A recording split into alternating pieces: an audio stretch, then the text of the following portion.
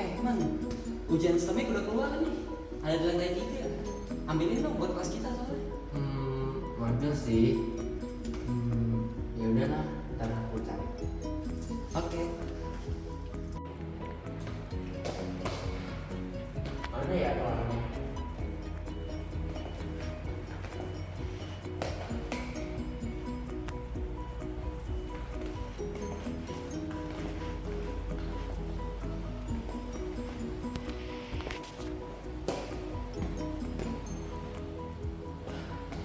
Banyak banget ruangannya.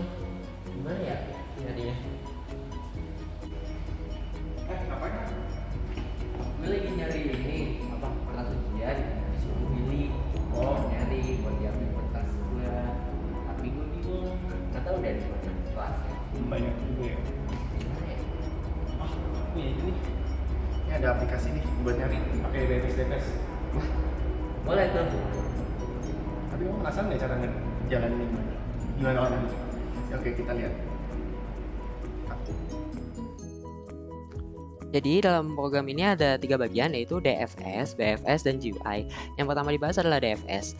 DFS ini merupakan Deep Research, yaitu algoritma yang umum digunakan untuk melintasi atau melakukan pencarian terhadap struktur data dengan menggunakan teknik backtracking.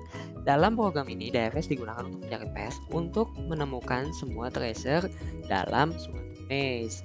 Nah, yang pertama itu deklarasi variabel, node check dibuat 0 dulu, lalu ada stack of vertex, ada start, visit, backtrack, sama save route. Lalu ada stack char, ini buat path-nya, lalu ada temporary vertex, lalu ada tracer found dibuat 0 awalnya, lalu ada tracer sebagai jumlah tracer yang kita mau cari, lalu ada start vertex, merupakan vertex awal, K kalau di map itu. Lalu temporary itu awalnya dijadiin start vertex dulu, start vertexnya juga di-push ke stack, visit, sama backtrack, ini buat awal-awal aja. Lalu di sini ada vertex current. Current itu vertex yang lagi dicek, terus ada vertex down, up, left, right, ini vertex tetangga-tetangganya si current. Selanjutnya ada sinyal, ini menandakan ini bakalan jadi false kalau harus ada backtrack gitu. Lalu selanjutnya ini path content tracer, nanti kalau misalnya lagi backtracking lalu ada tracer, nanti ini jadi true. Ini path buat return value sebagai string, lalu ada reverse path, ini buat memudahkan mendapatkan path saja. Lalu selanjutnya jalannya program itu iterasi selama tag-nya itu masih gak kosong dan tracer found-nya itu masih gak sama dengan tracer yang kita cari. Nah, yang pertama dilakukan itu current-nya itu diambil dari stack, di pop stack-nya.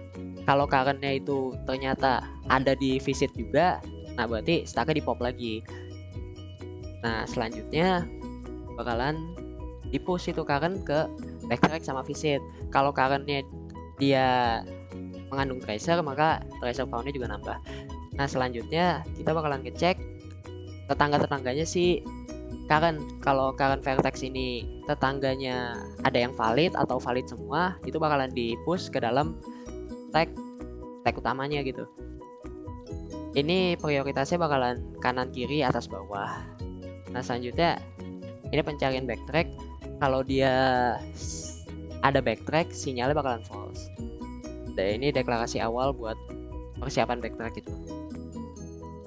Selanjutnya ini kasus normalnya untuk membandingkan si temporary sama si current-nya.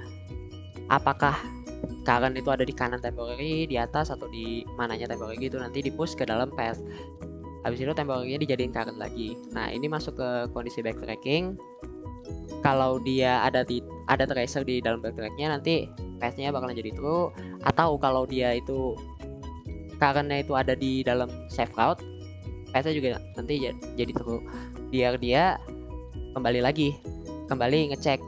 Jadi misalnya tadinya kanan, pas dicek di sini jadi kanan kiri. Tapi kalau misalkan nggak ada, ini bakalan di pop. Jadinya dari kanan jadi kanan aja gitu. Nah, selanjutnya kalau emang dia memenuhi kriteria jadi save route, bakalan di-push ke save route. Nah, ini kalau emang dia udah terjadi backtrack, maka time-nya dijadiin current lagi, backtrack-nya di-push sama current. Nah, kalau udah semua nanti tinggal pengecekan hasil akhirnya. S-nya dibalik, habis itu dijadiin string, habis itu di return. Berikutnya adalah untuk algoritma BFS. Untuk BFS, algoritmanya menggunakan struktur data queue untuk memeriksa setiap titik dari peta. Kemudian prosesnya adalah sebagai berikut. Selama alur dari pergerakan menuju dari titik awal ke semua treasure belum ditemukan, maka kita lakukan pengecekan untuk semua titik-titik yang memungkinkan untuk digerakkan dari titik start. Untuk setiap gerakan itu kemudian kita periksa apakah merupakan langkah yang valid atau tidak, kemudian dimasukkan ke queue. Itu dilakukan terus-menerus, dan yang dimasukkan adalah arah alur gerakannya. Jadi yang R, L, U, dan D yang berkorespondensi dengan right, left, up, dan down. Untuk kasus ketika titik tersebut tiba pada suatu titik yang merupakan treasure, maka treasure tersebut dimasukkan ke stack treasure dan already visited di clear, sehingga akan dimulai proses BFS yang baru dari titik tersebut. Proses penghapusan dan push terhadap stack already visited ini dilakukan ketika treasure itu belum ada pada stack treasure, sehingga jumlah treasure pun tidak dihitung berkali-kali. Kemudian untuk memeriksa apakah sudah find treasure atau tidak, dilakukan proses perhitungan dari titik awal sampai kondisi di mana semua treasure sudah ditemukan, dan pada fungsi ini langkah yang dimasukkan sudah pasti valid karena divalidasi pada titik ini.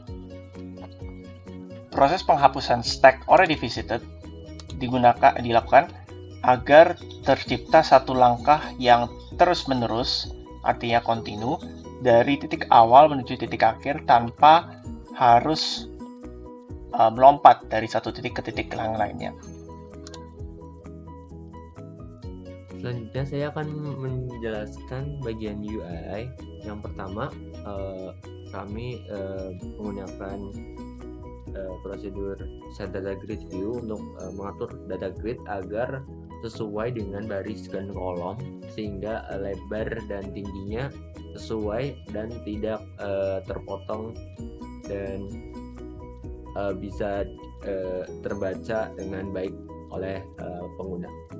Selanjutnya kami membuat load mesh data dengan menerima input string mesh path dengan perulangan.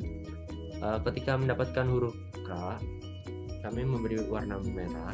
Ketika mendapatkan huruf T pada sel, maka kami memberi warna kuning. Ketika mendapatkan huruf R pada sel, kami memberi warna krem. Ketika mendapatkan huruf X, kami memberi warna biru. Selanjutnya kami membuat button 1. Button 1 merupakan choose file dengan melakukan validasi. Ketika tidak ada isi txt, maka terdapat exception file is empty. Lalu ketika ada karakter selain KRTX, maka terdapat exception invalid character font. Lalu program akan menampilkan message box dengan error loading. Selanjutnya kami melakukan animasi DFS. Yang pertama melakukan validasi apakah peta txt atau mis sudah diakses atau belum. Lalu kami melakukan pewarnaan biru ketika pencarian sedang dimulai dengan perulangan gerakan. Ketika ke kanan, ke kiri, ke atas maupun ke bawah, maka akan diberi warna biru. Ketika mendapatkan sebuah treasure, maka sel akan ditambahkan value treasure. Lalu selanjutnya ketika sel terlewati lebih dari satu kali, maka sel akan semakin gelap. Selanjutnya ada animasi BFS dengan awal validasi apakah mesh sudah di-load atau belum. Lalu ketika sudah di-load, maka proses pencarian seperti DFS dengan warnaan biru ketika sedang melakukan pencarian. Lalu ketika proses pencarian sudah dilakukan, maka sel yang sudah pernah dilewati akan menjadi warna hijau, dan ketika sel tersebut dilewati berkali-kali, maka warna hijau tersebut akan semakin gelap. Prosedur pencarian ini ketika berlangsung terdapat delay yang dapat di-input user dengan slide bar.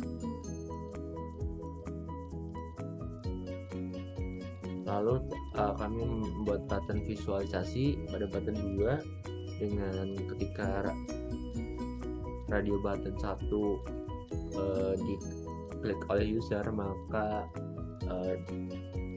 prosedur DFS dipanggil, dan ketika radio button 2 diklik oleh user, maka prosedur DFS dipanggil.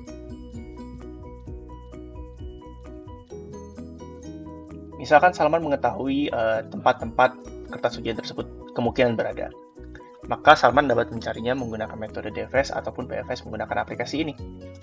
Dengan DFS, maka langkah yang diambil oleh Salman adalah bergerak ke atas terlebih dahulu, mengecek ruangan yang di atas, lalu baru bergerak ke bawah. Dengan metode DFS ini akan memerlukan 31 langkah. Sedangkan jika yang ingin mencari dengan BFS, maka ia akan bergerak ke bawah terlebih dahulu, kemudian baru bergerak ke ruang-ruang yang di atas. Dan dengan metode BFS, ia akan memerlukan 28 langkah saja. Dengan demikian, dapat kita lihat bahwa dengan metode BFS, Salman dapat lebih efektif dalam mencari semua kemungkinan tempat kertas ujian tersebut berada. Oh gitu, keren juga loh. Jadi thank you ya, Oke. pakainya. Oke.